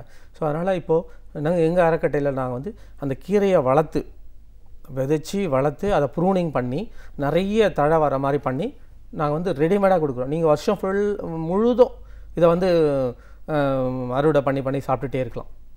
ஸோ ஒரு 10 தொட்டி உங்களுக்கு கீரை 5 வகையான கீரை கொடுக்குறோன்னா இந்த வாரம் ஃபுல்லாக அந்த கீரையை நீங்கள் கத்திரியில் வெட்டி அது தென்னநார் கழிவு போட்டு லைட் வெயிட்டில் பண்ணியிருப்போம். அதை நீங்கள் கத்திரிச்சு எடுத்துக்கலாம், பிடுங்கக்கூடாது. ஸோ வருடம் ஃபுல்லாக நீங்கள் வெட்ட திரும்பி வந்துகிட்டே இருக்கும். இந்த 10 தொட்டி நீங்கள் உணவாக சமைச்சிட்டு அடுத்த வாரம் பார்த்தீங்கன்னா முதல் வெட்டின தொட்டி வந்து துளுத்துருக்கும். ஸோ கீரை வந்து நீங்கள் கடையில் போய் வாங்க வேண்டிய அவசியமே இருக்காது. இந்த மாதிரி நிறைய சின்ன சின்ன விஷயங்களை நம்ம வீட்லயே பண்ணிக்கிறதுக்கான வாய்ப்புகள் நிறைய இருக்கு. இப்போ இங்க முன்னாடி பேசும்போது உணவு பழக்க வழக்கம் பத்தி சொல்லிட்டு இருந்தீங்க. இப்போ நம்ம நிறைய மாறிட்டோம் உணவு பழக்க வழக்கத்துல இருந்து, இயற்கைக்கு அப்பாற்பட்டு போயிட்டோம். ஆனாலும் இயற்கை உணவுகள், பச்சை காய்கறிகள், கீரைகள், இந்த மாதிரியான உணவுகளோட மகத்துவம் என்ன, இதோட முக்கியத்துவம் தெரிஞ்சு இன்னைக்கு நம்ம மாற வேண்டிய அவசியம் என்னவா இருக்கு? முதல்ல நம்மளுடைய உணவுன்றதே அரை வயிறு கஞ்சி, கால் வயிறு தண்ணி, இதுதான் முக்கியம். அந்த கஞ்சின்றதை நம்ம முழுசாக மறந்துட்டோம். வயிறு முட்டை சாப்பிட்றது இந்த மாதிரி விஷயங்களுக்கு நம்ம மாறிட்டோம். ஸோ பிரதானமாக ஈஸியாக ஜீரணிக்கிறதுக்கு முதல்ல கஞ்சி தான் ஆரம்பிக்கிறோம். அப்புறம் சமைக்காத காய்கறிகள் உணவு, சமைக்காமையே நம்ம வந்து காய்கறிகள்லாம் நிறைய எடுத்துக்கலாம். இது வந்து இப்போ அதுக்கு இருந்து ஜங்க் ஃபுட்டுக்கு மாறுறதுனால இன்றைக்கி வந்து நிறைய நோய் வந்துட்டுருக்கு. இதுக்கு வந்து பாரம்பரிய அரிசியில் வந்து நிறைய வழிகள் இருக்குது. அது அந்த புத்தகத்தில் பாரம்பரிய அரிசி பற்றி நிறைய எழுதியிருக்கேன். அதில் வந்து காளாநம்ம, கருங்குருவை, இந்த மாதிரி அரிசிகள் வந்து நைட்டில் நம்ம வந்து கஞ்சியாக காய்ச்சிட்டு அதில் வந்து கொத்தமல்லி, கருவேப்பிலையை வந்து நீங்கள் போட்டு வச்சுட்டு காலையில் எடுத்து கஞ்சி குடிச்சிங்கன்னா நீங்கள் எந்த வகையான பூஸ்ட்டு, ஹார்லிக்ஸ் எதுவுமே குடிக்க தேவையில்லை. அவ்வளோ எனர்ஜிட்டி அந்த கஞ்சியில் இருக்குது. ஸோ நம்ம வந்து திரும்பி திரவ உணவுக்கு வரணும். மேக்ஸிமம் கஞ்சியாக குடிக்கணும். இந்த ஜங்க் ஃபுட்ஸ் எல்லாமே நம்ம வந்து அவாய்ட் பண்ணணும். ஸோ பாரம்பரிய உணவுக்கு நம்ம திரும்பினா தான் வரும். அதே மாதிரி சிறுதானியங்கள் இருக்குது, கேழ்வரகு, கம்பு, இதை வந்து நம்ம முதல்ல அதுதான் நம்ம சாப்பிட்டுட்டு இருந்தோம். அது இப்போ மொத்தமே நம்ம மறந்துட்டோம். அதுக்கு மாறணும். சிறுதானியங்களை நம்ம அதிகமாக வந்து உணவில் சேர்த்துக்கணும். காய்கறிகள் அது அறுசுவை 7 வண்ணம் நம்ம உடம்புல வேணும். 7 வண்ணம்னா நம்ம வேறு கலர் பாட்டிலில் விற்கிற கலர் கூல்ட்ரிங்க்ஸு அது மாதிரி இல்லைங்க. ஒரு முள்ளங்கி வெள்ளை கலரில் இருக்கும், கேரட்டு ரெட் கலரில் இருக்கும், பீட்ரூட்டு, அந்த மாதிரி 7 வண்ணமும் அறுசுவையும் நமக்கு வேணும். ஸோ அப்படி பார்க்கும்போது நம்ம வந்து சிலது இந்த கசப்பை எடுக்கிறதே இல்லை, புளிப்பை எடுக்கிறதே இல்லை. ஸோ புளிப்பு நம்ம வந்து புளிச்சிக்கீரை கண்டிப்பாக எடுக்கணும். கசப்புன்னும் போது இந்த முடக்கத்தான் ஒரு கீரை இருக்குது, அது எடுத்துக்கணும். ஸோ அறுசுவையும் நமக்கு உடம்பு வேணும். ஸோ அந்த மாதிரி நம்ம இது எல்லாமே இந்த மூலிகை கலந்த கீரைகள் எல்லாமே நம்ம வீட்டில் வந்து வளர்க்க முடியும். இப்போ நான் சொன்ன இந்த முடக்கத்தான் கீரை வந்து வீட்டிலேயே வளர்க்க முடியும், தூதுவளை வீட்டிலேயே வளர்க்க முடியும். ஸோ இதெல்லாம் நம்ம காட்டில் போய் தான் தேடி எடுத்துகிட்டு வந்துட்டுருக்கோம். ஸோ நம்ம பாரம்பரிய உணவுக்கு திரும்பணும். அப்போ தான் நம்மளுடைய ஆயுள் வந்து கூடும். இப்போ இந்த உணவு பழக்கத்தினால தான் சீக்கிரமாக 8 வயது 9 வயதில் பெண்கள் பூ பெய்துறாங்க. அதனால தான் வர பிரச்சனைகள் இருக்குது. இதே நீங்கள் மற்ற பறவைகள்லாம் நீங்கள் பாருங்கள், எந்த பறவையும் விலங்குகளோ சமைச்சு சாப்பிட்றதில்ல, ஹாஸ்பிட்டல்ஸ்க்கு போகிறதில்ல. மனிதன் ஒருத்தன் மட்டுமே தான் வந்து சிசரின்னு ஹாஸ்பிட்டல் போகிறான், ஓப்பன் ஹார்ட் சர்ஜரின்னு ஹாஸ்பிட்டலுக்கு போகிறாங்க. எந்த பறவைக்கும் இந்த பிரச்சனை இது வரைக்கும் இல்லவே இல்லை. ஸோ நம்ம வந்து முதல் அடிப்படை வந்து உணவு பழக்கத்தையும் சுற்றுச்சூழலையும் நம்ம பாதுகாத்தோம். நம்ம வீடை சுற்றி நம்ம சுத்தமாக வச்சுருப்போம், சாணி தெளிப்போம், சிகப்பாக வர்ணம் தீட்டுவோம், தரைக்கோட்டான்னு ஒரு இது யூஸ் பண்ணுவோம், செம்மண் யூஸ் பண்ணுவோம். ஸோ அது இப்போ இல்லவே இல்லை.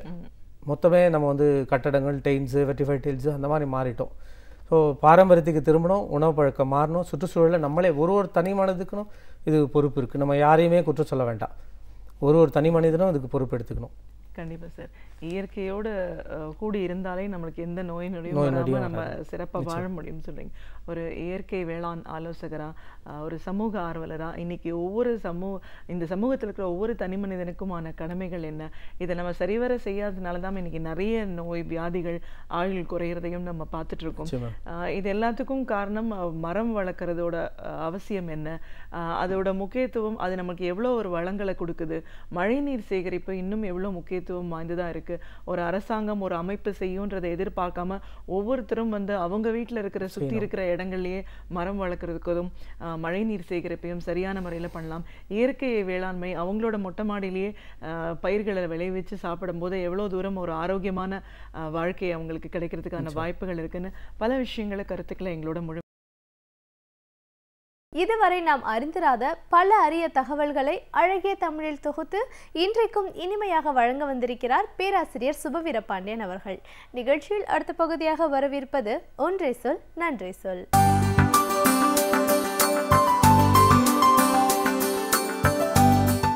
அனைவருக்கும் என் அன்பு வணக்கம். சிலி நாட்டு கவிஞன் பாபுலோ நெருடா எழுதியிருக்கிற மச்சு பிச்சு என்கிற ஒரு சிறு கவிதை நூல் பல ஆண்டுகளை கடந்து உலகம் முழுவதும் பேசப்படுகிற புகழ்பெற்ற நூலாக அது விளங்குகிறது. இவ்வளவுக்கும் அந்த நூலினுடைய கனம் எவ்வளவு என்று கேட்டால் பொருளின் கனம் இல்லை, அதன் உருவத்தின் கனம் வெறும் 12 கவிதைகள் தான். அந்த 12 கவிதைகளில் கூட முதல் 6 கவிதைகள் தன்னுடைய உள்மன பயணமாகத்தான் நெருடா அதை எழுதியிருக்கிறார். பிறகு மெல்ல மெல்ல அந்த கவிதைகள் சூடேறுகின்றன. 12வது கவிதைக்கு வருகிற போது படிக்கிற யாராலும் அந்த கவிதையை விட்டு வெளியே வர முடியாதபடி அப்படி ஒரு உணர்ச்சி பிழம்பாக அந்த கவிதை அமைந்திருக்கிறது. ஒருவேளை எரிமலையினுடைய அந்த பிழம்புகளை பற்றி, அதில் அழிந்து போன இன்கா நகரத்தை பற்றி, அந்த மலை தொடரை பற்றி பாடியிருக்கிற காரணத்தால் அந்த கவிதையும் அப்படி ஒரு உணர்ச்சி பிழம்பாக இருக்கிறதோ என்று நாம் கருதலாம். முதலில் இந்த கவிதையை மொழிபெயர்ப்பை படிக்க தொடங்கிய போது மச்சு பிச்சு என்கிற பெயரே நமக்கு புரியவில்லை. அது ஸ்பானிய மொழியினுடைய சொல். அதனை பிறகு தமிழில் பெயர்த்திருக்கிறார்கள். அது அந்த மலை தொடரின் பெயர் என்பதால் அது அப்படியே அந்த நூலுக்கு தலைப்பாக ஆக்கப்பட்டிருக்கிறது. மச்சு பிச்சு என்றால் 2 விதமான சிகரங்கள் இருந்திருக்கின்றன. ஒன்று மச்சு பிச்சு, இன்னொன்று ஹுவானோ பிச்சு. மச்சு பிச்சு என்றால் மூத்த சிகரம், ஹுவானோ பிச்சு என்றால் இளைய சிகரம். இந்த மூத்த சிகரத்தை பற்றிய அந்த நூல்தான் இந்த புத்தகமாக நம் கைகளிலே தவழ்கிறது. தான் 7 வயது சிறுவனாக இருந்தபோது கண்டுபிடிக்கப்பட்ட ஒரு நகரம், அந்த மலை தொடரை பற்றி, வளர்ந்து பெரியவனாக ஆனதற்கு பின்னால் ஒரு உலகம் போற்றுகிற கவிஞனாக ஆற்றல் பெற்றதற்கு பின்னால் பாபுலோ நெருடா எழுதியிருக்கிற கவிதைகள் தான் இந்த மச்சு பிச்சு என்கிற கவிதைகள். அவருடைய சின்ன வயதில், அதாவது 1904வது ஆண்டில் தான் அவர் பிறக்கிறார். 1936 வரையில் அவருக்கு இப்படிப்பட்ட பொதுவான கண்ணோட்டங்கள் ஏதுமில்லை. 1927 ரங்கூன், அன்றைய பர்மாவினுடைய தலைநகரம், இன்றைக்கு மியான்மர் என்று சொல்லுகிறோமே, அந்த ரங்கூன் நகருக்கு பணியாக அவர் வருகிறார். பிறகு மேண்ட்ரிட் நகரத்திலே வேலை பார்க்கிறார். உலகத்தினுடைய பல நாடுகளுக்கு அவர் வேலைக்காக அலைந்து திரிகிறார். அப்போதெல்லாம் பாபுலோ நெருடா என்பவன் ஒரு தனி மனிதன். ஆனால் அவனுக்குள் ஒரு கவிதை இருந்தது. பெரிய கருத்தும் கம்யூனிசமும் அன்றைக்கு இல்லை என்றாலும் அவனுக்குள் ஒரு கவிதை இருந்தது. அந்த கவிதை ஒரு அகம் நோக்கிய பாய்ச்சலாகத்தான் இருந்தது. உலகம் பற்றிய பார்வையாக இல்லாமல் ஒரு மனிதனை பற்றி, மனிதனினுடைய உள் உணர்வுகளை பற்றி, அந்த உள் உணர்வுகளின் பயணத்தை பற்றிய கவிதைகளாகத்தான் பாபுலோ நெருடாவினுடைய கவிதைகள் தொடக்கத்தில் இருந்தன. அதற்கு பின்னால் 1936 அந்த பொது உடைமை சிந்தனைகள் அவருக்குள் வந்து பாய்ந்தன. பின்னால் பார்க்கிற நேரத்தில் அவருடைய கருத்து ஓட்டம் அந்த கவிதையினுடைய வளர்ச்சியில் வேறு விதமான ஒரு தாக்கத்தை ஏற்படுத்தி இருக்கிறது என்பதை உணர முடிந்தது. இயல்பாக தன்னை பற்றி பாடிக்கொண்டிருந்த பாபுலோ நெருடா சமூகத்தை பற்றி, உலகத்தை பற்றி பாடத் தொடங்கிய பின்னர்தான் உலக கவிஞனாக மாறினான். எந்த ஒரு கவிஞனுக்கும் எல்லா படைப்புகளும் புகழ்பெற்றதாக ஆவதில்லை. ஏதேனும் ஒரு படைப்பு அவனுடைய படைப்புகளிலேயே மிக உயர்ந்ததாக, அவனை மிக உயரத்திற்கு கொண்டு செல்கிற படைப்பாக அமையும். நம் நாட்டிலும் பார்க்கலாம். புரட்சி கவிஞர் பாரதிதாசன் எப்போது புரட்சி கவிஞர் ஆனார்? அவர் எத்தனையோ பாடல்களை எழுதினார். தொடக்கத்தில் அவர் கடவுள் நம்பிக்கையுடைய பாடல்களை எல்லாம் எழுதினார். பிறகு இயக்க பாடல்களை எழுதினார். ஆனால் புரட்சி கவி என்னும் ஒரு குறுங்காப்பியத்தை எழுதியதற்கு பிறகு பாரதிதாசனின் உயரம் மிக கூடிற்று. இவ்வளவுக்கும் அந்த புரட்சி கவி என்பது இன்னொரு மொழியில் வந்த இலக்கியத்தினுடைய சாயல்தான், தழுவல்தான். அறிஞர் அண்ணா அவர்கள் செவ்வாழை எழுதி புகழ் பெற்றார். அந்த செவ்வாழை ஒரு மலையாள ஒரு கவிதை ஓட்டத்தினுடைய, கவிதை சித்திரத்தினுடைய சாயல்தான் சிறுகதையாக அண்ணாவிடம் வெளிப்பட்டது. அப்படி இன்னொரு விதமான கவிதையை தழுவித்தான் பாரதிதாசன் புரட்சி கவி என்று எழுதினார். ஆனால் புரட்சி கவிதான் அவருடைய எழுத்துகளில் வீரியம் மிக்கதாக மாறி அவருக்கு பெயரே புரட்சி கவிஞர் பாரதிதாசன் என்று ஆயிற்று. அப்படி பாபுலோ நெருடாவினுடைய இந்த மச்சு பிச்சு கவிதைகள் அவருடைய உயரத்தை மிக கூடுதலாக இந்த உலகத்திற்கு அப்போதுதான் கொண்டு சென்றன. உலகம் பாபுலோ நெருடாவை மச்சு பிச்சுவுக்கு பிறகுதான் அறியத் தொடங்கிற்று என்று சொல்லலாம். அந்த பாடல்களில் நான் முதலில் குறிப்பிட்டதைப் போல முதல் 6 கவிதைகள் அவருடைய உள்முகம் பற்றிய, அவருடைய தன்னை பற்றிய பார்வைகளாகத்தான் இருக்கின்றன. 7வதிலிருந்து தான் அந்த மச்சு பிச்சு மலைத்தொடரை பற்றிய, அதில் அவர் ஏறத் தொடங்குகிற செய்திகள் வருகின்றன. கடைசியாய் 12வது பாடல் அது சிகரத்தை மட்டும் பாடவில்லை, அந்த பாடலே சிகரமாக இருக்கிறது என்று சொல்ல வேண்டும். அந்த மலைத்தொடரின் உச்சியில் போய் அங்கே அழிந்து போன அந்த நகரங்களை பார்க்கிற போது, கடந்து போன வரலாற்றை உணர்ச்சிகரமாக தேடுகிற போது கவிஞனின் சொற்கள் எப்படி வந்து விழுகும் என்பதை அந்த மச்சு பிச்சுவினுடைய 12வது கவிதையில் நாம் பார்க்கலாம். என் சகோதரனே உயிர்த்து எழு என்று அந்த கவிதை தொடங்கும். யாரை பார்த்து? அந்த மலை தொடர்களை பார்த்து, அழிந்து போன நகரத்தை பார்த்து, அந்த நகரத்தில் வாழ்ந்த அந்த மனிதர்களை பார்த்து, பாபுலோ நெருடா என் சகோதரனே உயிர்த்து எழு என்று வரியை தொடங்குகிற போது அவன் கவிதையும் உயிர்த்து எழுகிறது என்றுதான் சொல்ல வேண்டும். பாபுலோ நெருடாவினுடைய மிகப்பெரிய சிறப்பு எது என்று கேட்டால், மிகப்பெரிய விருதுகளுக்காக அவன் ஏங்கியதில்லை, உழைக்கும் மக்களை நினைத்து பாடியவன் அவன். ஒரு முறை நெருடா சொன்ன அந்த வரிகளை கவிஞர் ஈரோடு தமிழன்பன் அவர்கள் எடுத்து தன்னுடைய நூலிலே காட்டியிருப்பார். இப்போது நோபல் பரிசு அளவுக்கு மிகப்பெரிய பரிசுகளையெல்லாம் பெற்றிருக்கிறீர்கள், இந்த விருதுகளை பெறுகிற போது உங்களின் மனநிலை என்ன என்று கேட்ட நேரத்தில் நெருடா சொன்னார், இது எனக்கு மகிழ்ச்சி தருகிறது, இல்லை என்று சொல்லவில்லை, ஆனால் இதனை காட்டிலும் பெரிய விருதுகளை இதற்கு முன்பே நான் பெற்றுவிட்டேன் என்று அடக்கமாக சொல்லுகிற நேரத்தில், அப்படியா, இந்த விருதுகளை விட இன்னும் பெரிய விருதுகளை எப்போது பெற்றீர்கள் என்கிற நேரத்தில் பாபுலோ நெருடா சொல்லுவார், ஒரு நிலக்கரி சுரங்கத்தில் வேலை செய்கிற ஒரு தொழிலாளி அந்த நிலக்கரி சுரங்கத்திலிருந்து மேல் ஏறி அல்ல, மேலே தவழ்ந்து மேலே வந்து ஒரு இரும்பு கரமாக, அதாவது ஒரு உலோகங்களில் இன்னொரு உலோகமாகவே ஆகிப்போன தன் கைகளால் என் கைகளை பற்றி, தோழனே உன் கவிதையை நான் படித்து மகிழ்ந்திருக்கிறேன் என்று சொன்னானே, அந்த தருணம்தான் நோபல் பரிசை விட எனக்கு பெரிய பரிசை பெற்றுத்தந்த நேரம் என்று பாபுலோ நெருடா சொன்னார். அப்படித்தான் இந்த மச்சு பிச்சு கவிதையிலும் அத்தனை பெரிய மலைத்தொடரை பார்க்கிற போது நெருடாவுக்கு யாரெல்லாம் நினைவு வருகிறார்கள்? என் சகோதரனே உயிர்த்து எழு, உழுபவனாக, நெய்பவனாக, தயங்கி நின்று மேய்ப்பவனாக, கொத்தனாக, என் சகோதரனே உயிர்த்து எழு. மறைந்து போனவர்கள், இந்த கல் கோட்டைகளை கட்டுவதில் எத்தனை பேர் மறைந்தார்களோ, எத்தனை பேர் இந்த மலைகளின் தொடர்களுக்குள் அழிந்து போனார்களோ, எத்தனை உழைப்பாளிகள், எத்தனை பாட்டாளிகளை இந்த நகரம் விழுங்கிற்றோ என்று அப்படி உழைக்கும் மக்களிலிருந்து தொடங்கி என்ன நடந்தது எங்களுக்கு சொல், எங்கள் தலைமுறைக்கு சொல், அடுத்த தலைமுறைக்கு சொல் என்பதாக அவருடைய கவிதையினுடைய இறுதி பகுதி வந்து சேருகிற நேரத்தில் அவர் எப்படி சொல்ல வேண்டும் என்ற அந்த மலைத்தொடர்களை கேட்கிறார் தெரியுமா? சொல், எல்லாவற்றையும் எனக்கு சொல், ஒவ்வொரு சங்கிலியாக, ஒவ்வொரு கண்ணியாக, ஒவ்வொரு படியாக, ஒவ்வொரு அசைவாக எல்லாவற்றையும் எனக்கு சொல். நீ மறைத்து வைத்திருக்கிற கத்திகளை கூர்தீட்டு, அவற்றை பாய்ச்சு என் நெஞ்சில், என் கைகளில் அவற்றை பாய்ச்சு. எதற்காக? அப்போதுதான் நாங்கள் மறுபடியும் உணர்ச்சி பெறுவோம், அப்போதுதான் நாங்கள் வீறு கொண்டு எழுவோம், இழந்தவைகளை பெறுவோம். இறுதியாக அவர் சொல்லுகிறார், ஏ மச்சு பிச்சு மலை தொடரே, எனக்கு கொடு உன் கண்ணீரை, உன் புன்னகையை, உன் நம்பிக்கையை, எனக்கு கொடு உன்னுடைய போராட்ட உணர்வை, உன் ஆயுதங்களை, உன் எரிமலையை எனக்கு கொடு என்று கேட்கிற அந்த கவிதை வரிகளெல்லாம் மிக எழுச்சியாக, உணர்ச்சிகரமாக, இழந்த ஒன்றை பெறுவதில் ஒரு மனிதனுக்கு இருக்கிற அந்த வீரியத்தை, வேகத்தை காட்டுவனமாக அமைகின்றன. மச்சு பிச்சு என்கிற பெயர்தான் நமக்கு புரியாமல் இருக்கிறதே தவிர, படித்து பார்த்தால் ஒவ்வொரு கவிதை வரிக்குள்ளும் இருக்கிற உணர்வு நமக்கு அப்படியே புரியும். தற்போது அதிகம் பரவி வரும் நோய்களை பற்றியும் அவற்றை தடுக்கும் முறைகள், அவற்றிற்கான நவீன சிகிச்சை முறைகளை பற்றி இப்பொழுது அறிந்து கொள்ளலாம். நிகழ்ச்சியில் அடுத்த பகுதியாக வரவிருப்பது ஆலோசனை நேரத்தில் மருத்துவம்.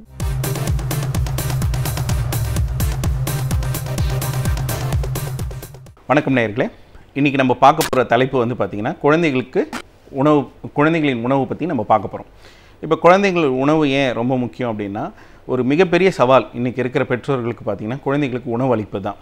இதை பற்றி நீங்கள் வந்து பார்த்திங்கன்னா ஒரு டாக்டராக நீங்கள் என்ன பார்த்தீங்கன்னா, பெரும்பாலான பேஷண்ட்ஸ் என்கிட்ட கேட்குற ஒரே விஷயம் என்னென்னா, என் குழந்தைக்கு வந்து சாப்பிடவே மாட்டேங்குது, என் குழந்தை சாப்பிட மாட்டேங்குது, என் குழந்தைக்கு எது கொடுத்தாலும் பிடிக்க மாட்டேங்குது, பசி எடுக்கிறதுக்கு டானிக் கொடுங்க சார், பசி எடுக்கிறதுக்கு ஏதாவது மருந்து கொடுங்க அப்படின்றது. ஸோ அப்போ என்னென்னா, இயற்கையாக எந்த இயற்கையும் தவறு செய்யாது.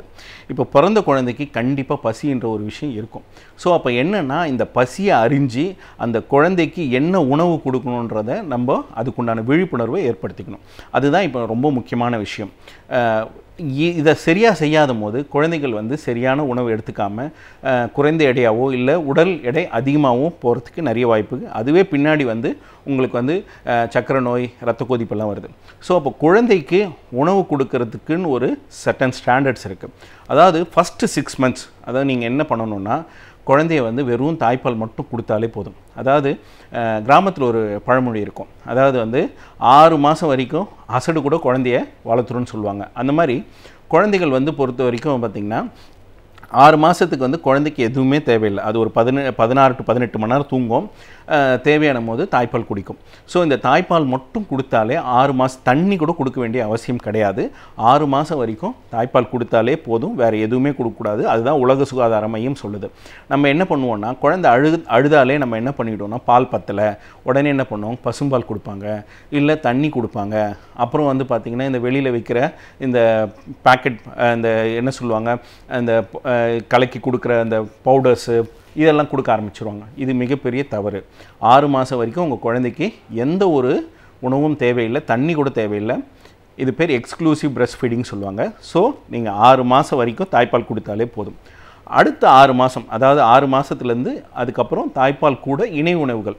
இணை உணவுகள் என்ன சார் எடுத்துக்கலாம் அப்படின்னா, திருப்பி நம்ம வந்து மார்க்கெட்ஸில் விற்கிற அந்த பேக்கெட் ஐட்டம்ஸு, அந்த பால் பவுடர்ஸ் இதை தான் கண்டிப்பாக தேவையே இல்லை. நீங்கள் வந்து ஈஸியாக இணை உணவுகள் பார்த்திங்கன்னா நமக்கு பெஸ்ட்டு இணை உணவு பார்த்திங்கன்னா அரிசி தான். இப்போ நம்ம அரிசி வந்து எப்படி, ஏன்னா நமக்கு அரிசியில் வந்து அலர்ஜிஸ் வந்து ரொம்ப கம்மி. இதே நீங்கள் வீட்டோ இந்த கோதுமையெல்லாம் எடுத்திங்கன்னா நமக்கு வந்து அலர்ஜி வர்றதுக்கு நிறைய பாசிபிலிட்டிஸ் இருக்குது. ஸோ இப்போ இந்த 6 மாதத்துக்கு அப்புறமாவது பசும்பால் கொடுக்கலாமா சார் அப்படின்னு கேட்டிங்கன்னா பசும்பால் கொடுக்கக்கூடாது. ஏன் அப்படின்னா மினிமம் 1 இயர்க்குள்ளே பசும்பால் கொடுக்கக்கூடாது. இயற்கையான இதுன்னு நம்ம நினச்சிக்கிட்டு இருக்கோம். பசும்பால் பசுமாட்டு கண்ணுக்குட்டிக்கு இயற்கை, நமக்கு இயற்கை கிடையாது. எந்த ஒரு பாலூட்டியும் தன்னுடைய இனப்பாலை தவிர வேறு எந்த இனப்பாலையும் குடிக்கிறது இல்லை. அதே மாதிரி தான் கழுத பால் தான் குடிக்கும், பசுமாடு பால் தான் குடிக்குமே தவிர மனிதன் தான் நம்மளுடைய பாலை விட்டுட்டு இன்றைக்கி பார்த்திங்கன்னா தாய்ப்பாலை வந்து நிறைய பேர் உதாசீனப்படுத்தி இந்த மாதிரி ஆர்டிஃபிஷியல் ஃபீட்ஸு கவு மில்கெல்லாம் நிறைய கொடுத்து பெரிய பிரச்சனையில் மாட்டிக்கிறாங்க. அப்போது தன்னுடைய இனப்பாலை குடிக்கிறது தான் ரொம்ப புத்திசாலித்தனம். வேறு எந்த பாலையும் நீங்கள் 1 வயசு வரைக்கும் குழந்தைங்களுக்கு கொடுக்கவே கூடாது. ஏன்னா அப்படி கொடுக்கும்போது ஒவ்வாமை அலர்ஜி அதிகமாகும். பசுமாட்டு பார்த்திங்கன்னா அது வந்து அதோடைய ஸ்பீசிஸே வேறு. அதாவது வந்து அது 30 வருஷம் வாழக்கூடிய விலங்கு. நம்ம வந்து ஒரு 60-70 வருஷம் வாழுவோம். அதனால தான் தயிர் வந்து ப்ரோபயோட்டிக்ஸ் நிறைய இருக்கும், டைஜஷன் ரொம்ப நல்லா ஆகும். ஸோ 8 மாதத்துக்கு அப்புறம் தயிர் கொடுக்கறத ஆரம்பிக்கலாம். அதுக்கப்புறம் 1 இயருக்கு அப்புறம் நீங்கள் நார்மலாக கொடுக்குற டயட்ஸ் கொடுக்கலாம்.